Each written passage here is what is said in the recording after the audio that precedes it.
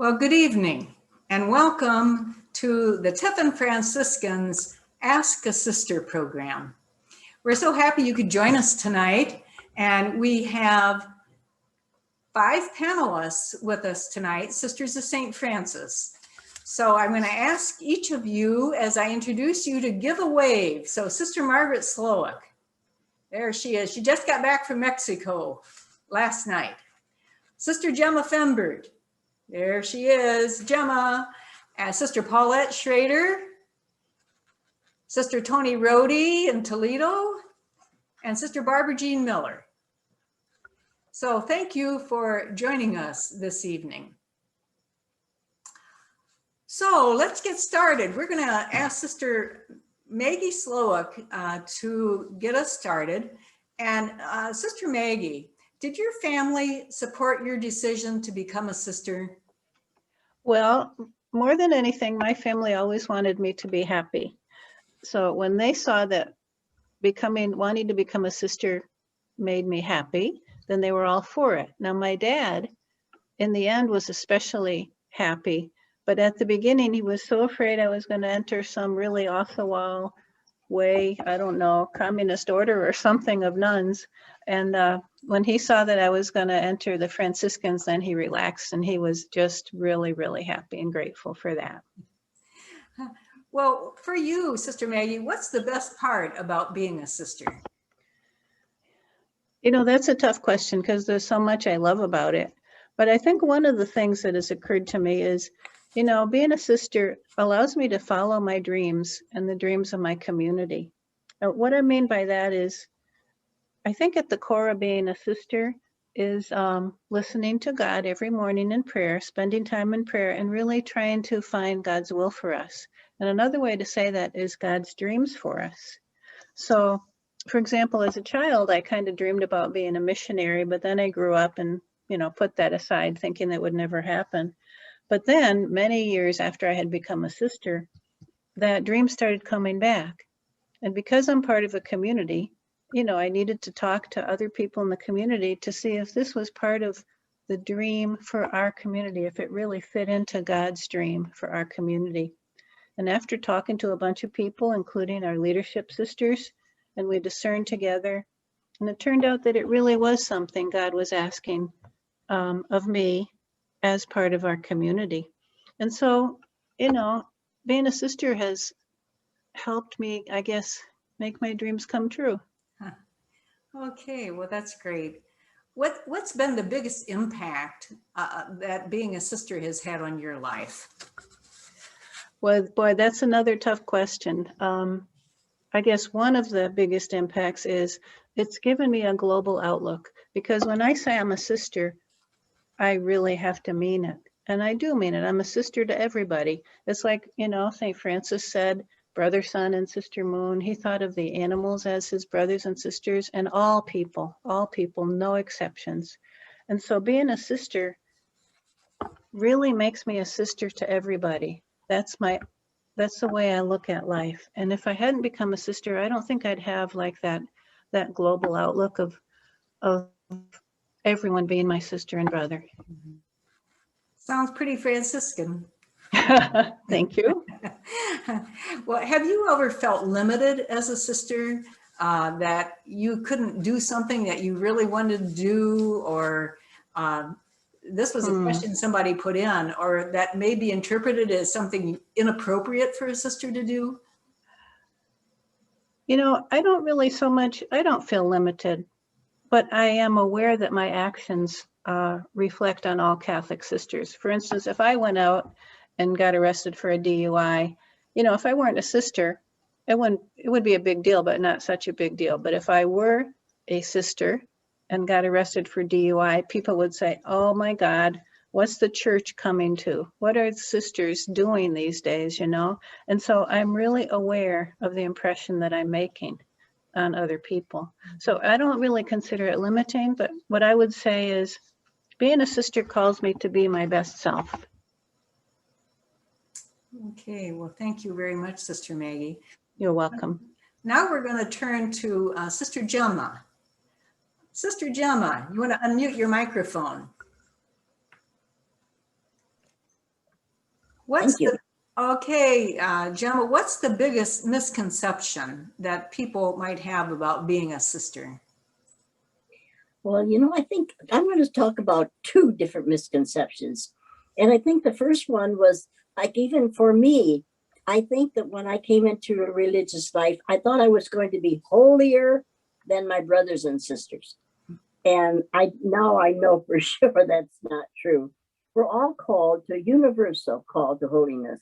And so one lifestyle is not better than another.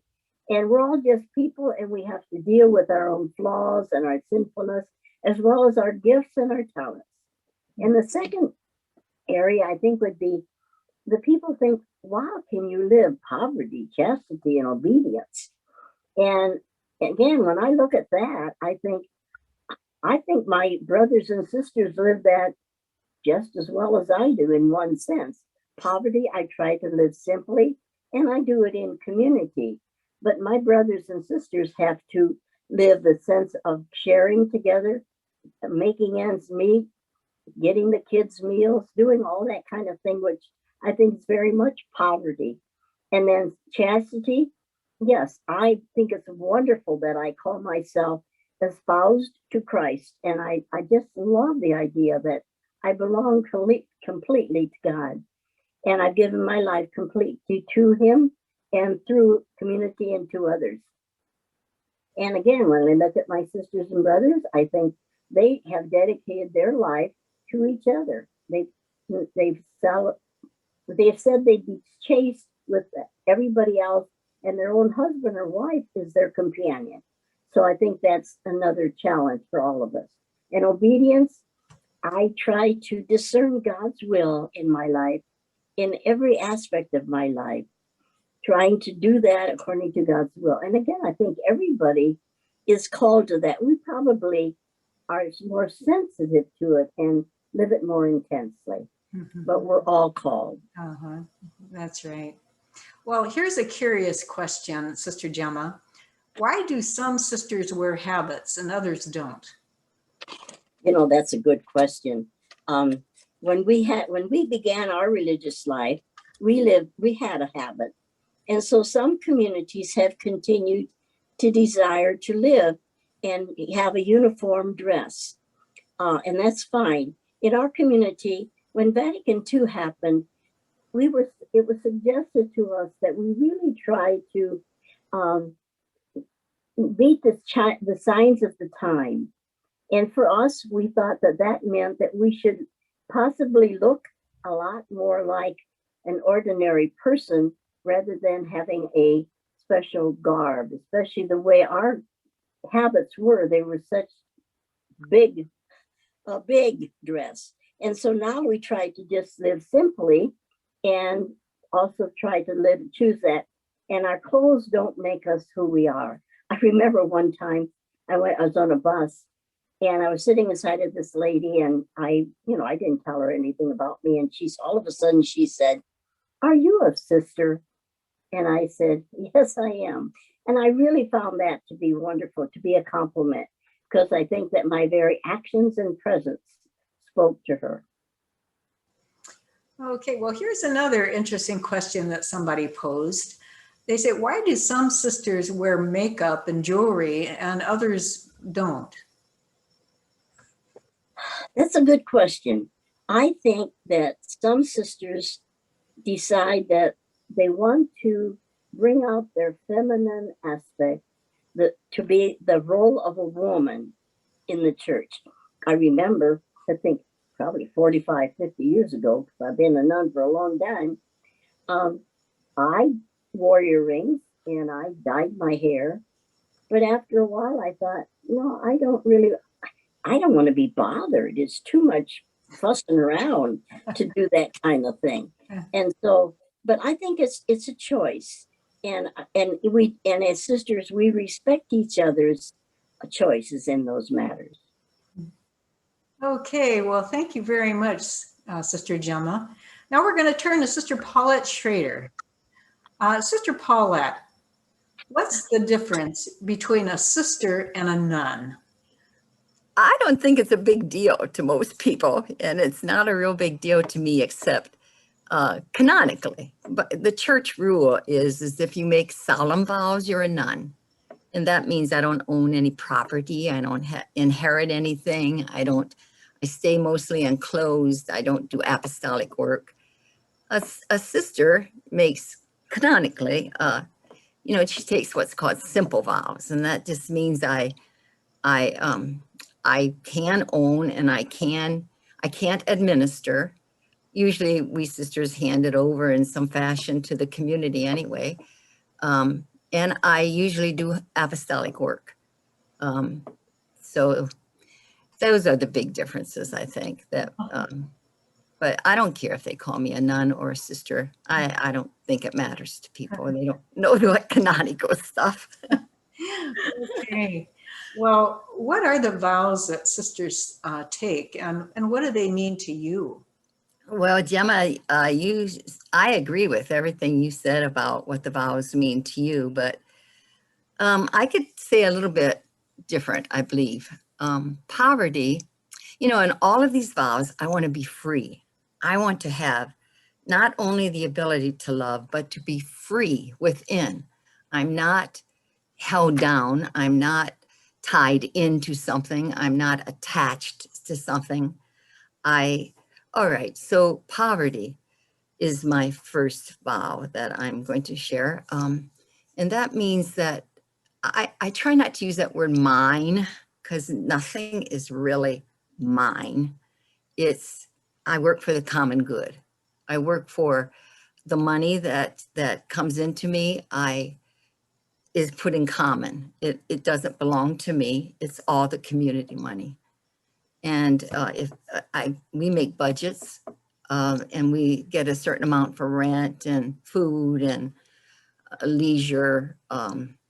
So there's a vacation in there. There's a small stipend if we need it for personal things. But generally it is to be free from, not attached to things that are going to hold me back somehow. And I can't go out and just decide I'm going to buy a car or buy a computer or go on a long trip. Those things have to be what we say discerned or shared in community and get the blessing or the permission to do those things, because I'm not using my money. Then there's celibate, there's consecrated celibacy or celibacy, most people just call it. And that means that I don't have a sexual marriage relationship, a sexual relationship like in marriage. I can certainly love intimately. I can have close friends. I can have, dear friendships. But the whole idea of celibacy is to love, to really love with my whole heart, mind, soul, my whole being, and to love like Jesus, to love expansively, everyone, like Gemma said, and Maggie said, the whole global kind of scene, the marginal people, the people who are very poor, the people who don't have a voice, the people who are behind bars, the people who are old, the people who are in the womb, the people, anyway. And then it is again to be free in love like Jesus is. And then obedience. Obedience, I feel like I'm an octopus. There are so many angles to obedience. There are so many arms. There's my, we used to call her a superior. Now she's our community minister. She ministers pastorally to all of us and who are in community and otherwise. And and then there are the sisters to listen to. There's my local community, a group, a special group that I try to meet every month, and we talk things over. And we celebrate together, birthdays and that sort of thing. And then there's the people of the world, and then there's the church, the official church, and then there's the people church, all the church. And that means, there's a lot of angles to obedience. And so it's by the time you make a serious decision, now this isn't for little things, a serious decision, boy, you've covered pretty many angles, probably not all of them, but you've really tried to listen as much as possible. That's what obedience, obedire, open to the world, open to all, open to the community. So I don't know, maybe some people have comments on that. I think that's enough.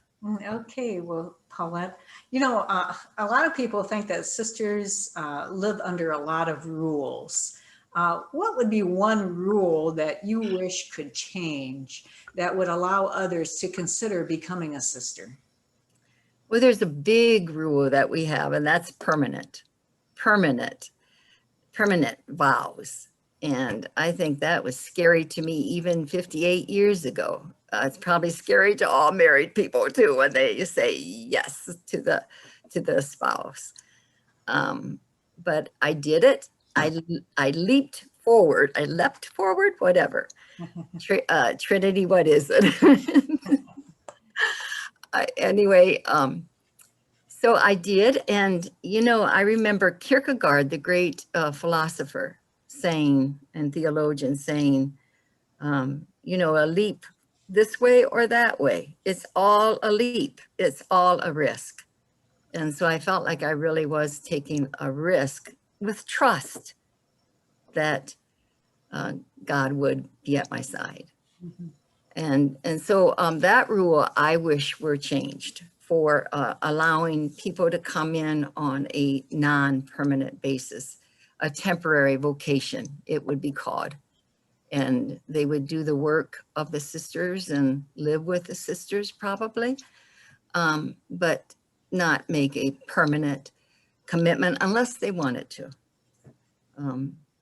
Could be renewed temporarily, a few years at a time or a year at a time.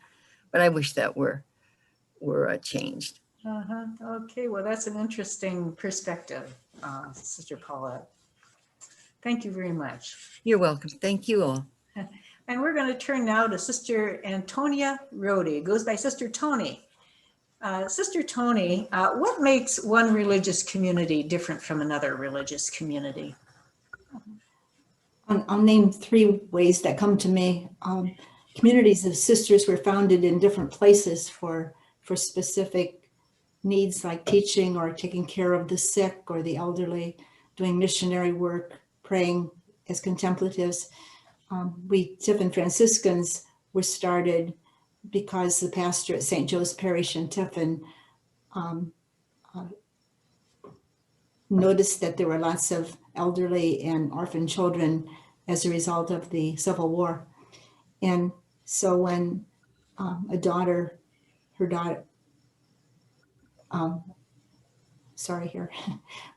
okay, when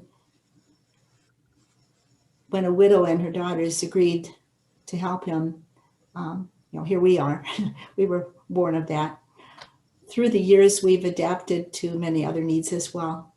A second way, communities have been inspired by certain aspects in the lives and teaching of Jesus and Mary and saints. And so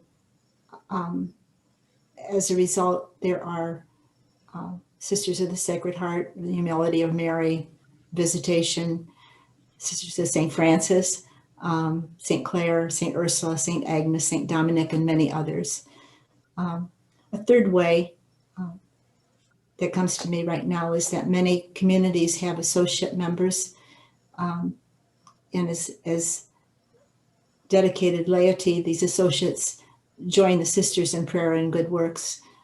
So some would have those, some would not. But those are some of the ways. There are different ways too, but those are some that come to my mind. Well, how is living in a religious community different from living in a family? Likenesses and differences depend, I think, a lot on the stages of family life or community life that we're comparing. when children are young, they have a time of formation, I guess you could say, a type of a formative part of their life where they're learning.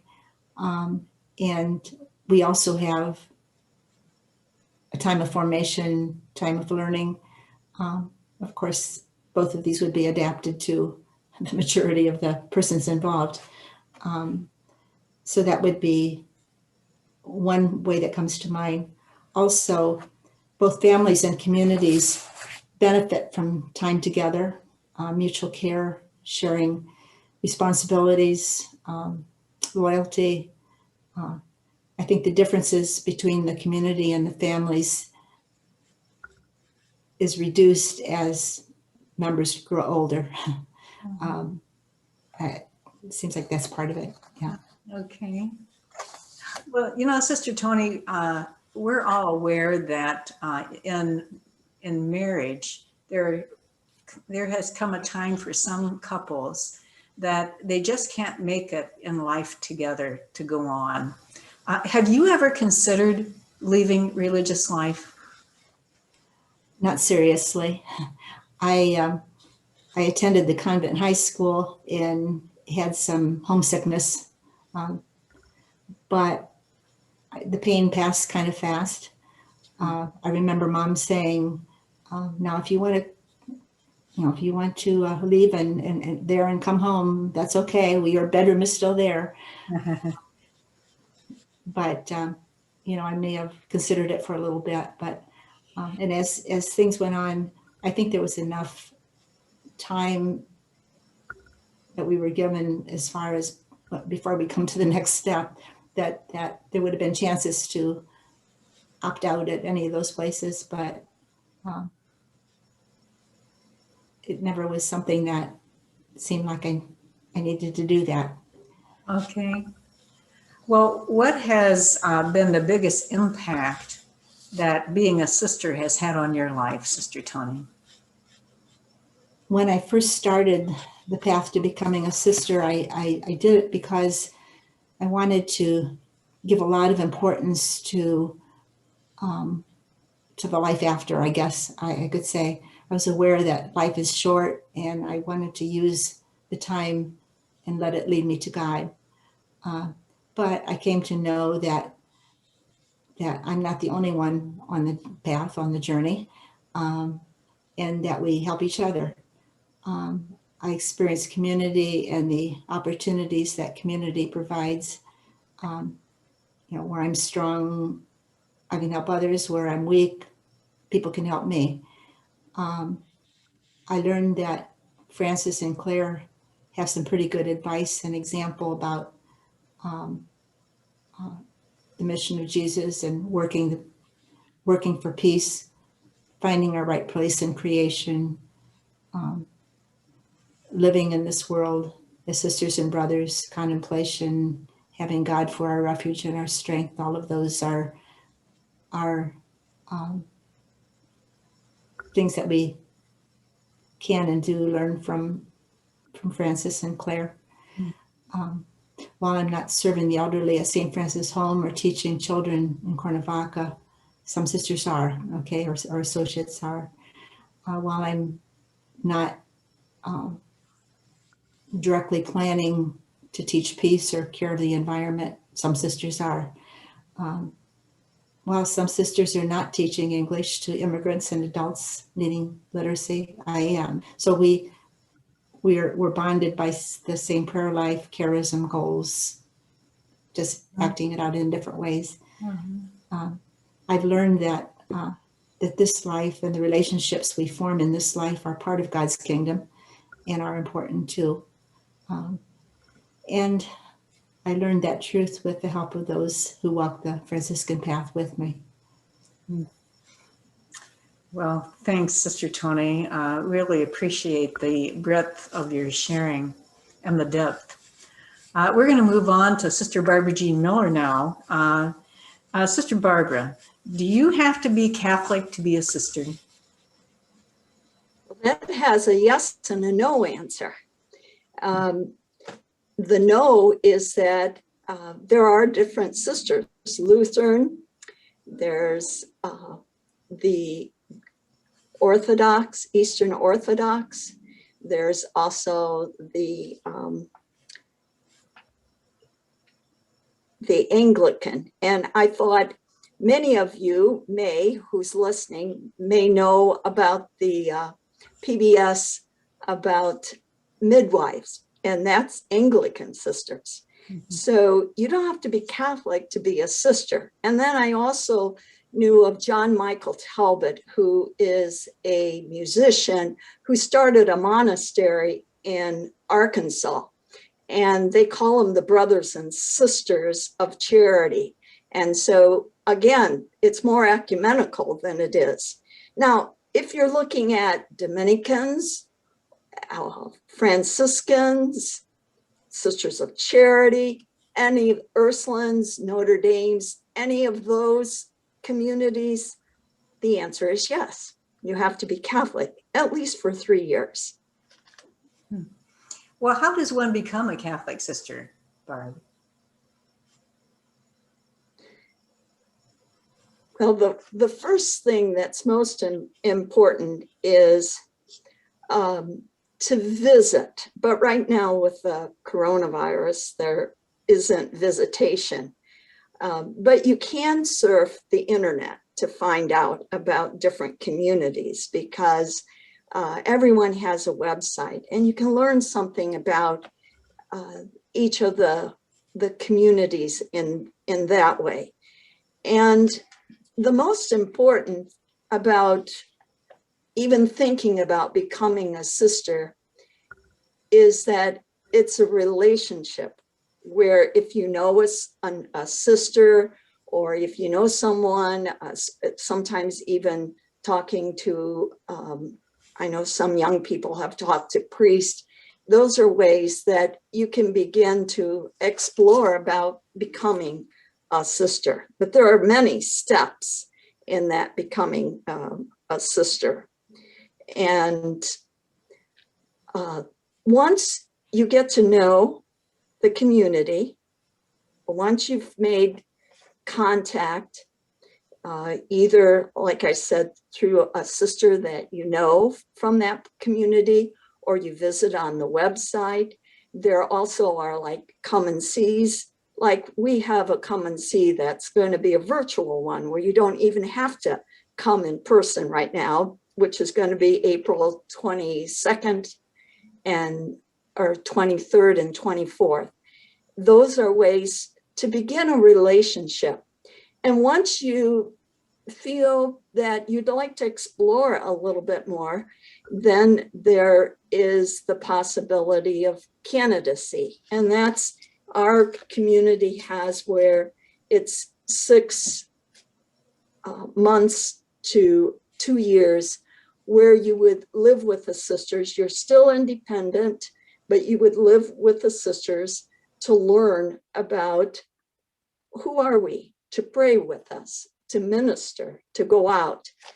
And if you decide at that point, because this is all about discernment, it's not like, oh, I gotta do this, I know that this is what I'm called to.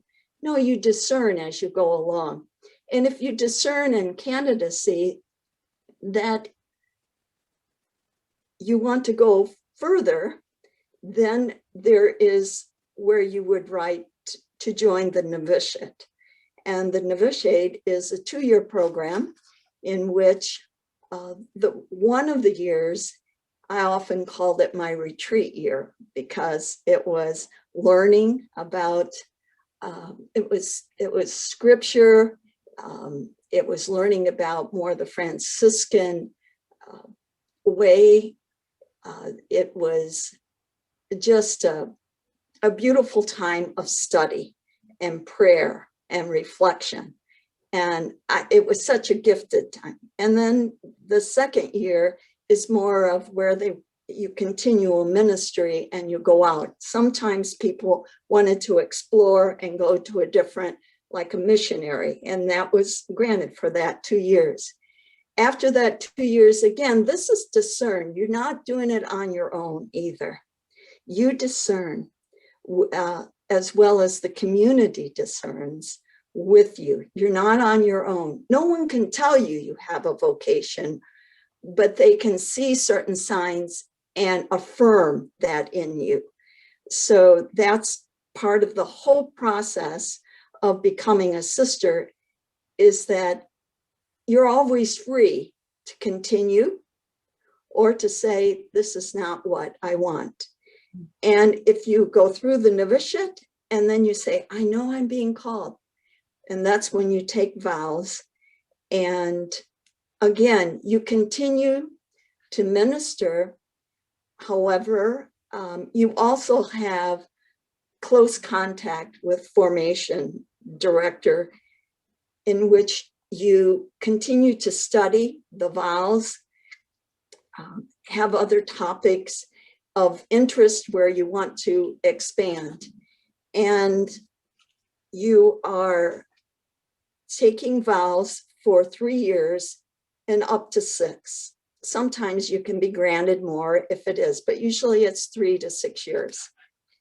And after that, they would be requested for final vows. Okay, well, that's quite a process, isn't it? Well, here's a question. It's a whole process of discernment. You know, it's Okay. not like I'm going to do this and then I'm going to be stuck. Okay, well, here's a question that came in the chat tonight, Sister Barbara Jean. How can a woman know if God is calling her to be a sister? That, again, is exploratory. Again, be sure that you either go to a spiritual director, maybe another sister, someone that you know and trust. And it's something that through prayer, through discussion, and then when, like I said before, you know, you can think all these things in your head, but when you would be ready to make that step to try it out, that's where the candidacy, to discover if that's really what you want, because it's by living that reality, by being up close to that reality, that you really are aware of what's happening. And other people affirm. I remember for myself, you know, other people see it and they can affirm something that you are feeling inside. And so that discernment, even though you might say, I want to try as a candidate, it's all the way through that you have these steps to take and continue to discern. And you're not by yourself. You are also with those who are in formation that help you discover, is this really what God is calling me to do? And I've seen beautifully, some people have been there. Some of my best friends who I thought were really good candidates for religious life, they discerned, and I knew that it was right for them, that they left before final vows because they were called, and then others have remained. So how do you know?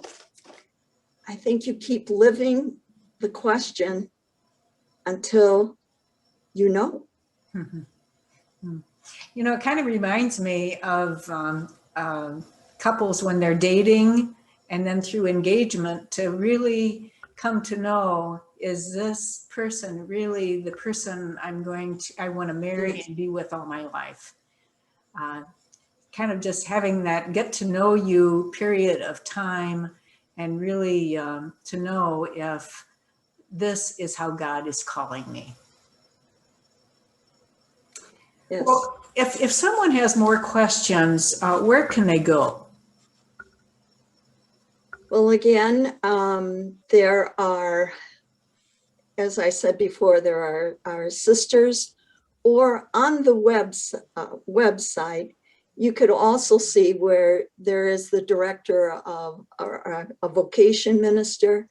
And I know I have a lot of contact with vocation ministers because I am one myself. And we always say that when you come in discernment, you have three choices. Always discernment, it's to remain as you are. If you're single, am I called to sisterhood or am I called to be married? And vocation directors are there to help people discern what it is. Because again, no one can tell you you have a vocation. They can affirm it in what you say or what you are yearning for, but no one can say that you have a vocation. And so if you have questions, I would say either go to a vocation director. And again, if one of the vocation directors, you don't feel comfortable, go to another one, go to a different one, go to a sister that you might know that could help. But you need to ask, it's almost, I always said, you need to ask a sister. You can't go to someone who's married and say, well, what do you know about sisters? Because it's about the same way I always said, when someone asked me to talk and say, what are the communication skills needed for married couples? I said, I think that question should be answered by a married couple because it's different. Excuse me. Okay. So, Sister Barbara, you mentioned that you are the vocation director for the Tiffin Franciscans. Can somebody contact you to get more information about either Tiffin Franciscans or other communities? Yes, and my phone number and other things are on the website. That's the best place to find out information and to see who it is that you can contact, unless you know somebody personally. That's wonderful too. But there's always on the website the vocation director or someone that you just personally know would be great to contact too. Okay, well, thank you very much. Well, we've covered a lot of territory tonight with these sisters, and I want to thank you panelists for sharing yourselves and your reflections tonight. And I want to thank everyone who attended tonight. Thank you for not only being here tonight with us, but thank you for supporting us sisters as we try to really be faithful in living our vocation as followers of St. Francis, followers of the gospel. So God bless you all, and may you have a restful evening, and please stop by and see us when our COVID laws get changed and we can welcome you to our St. Francis campus. So thank you all very much.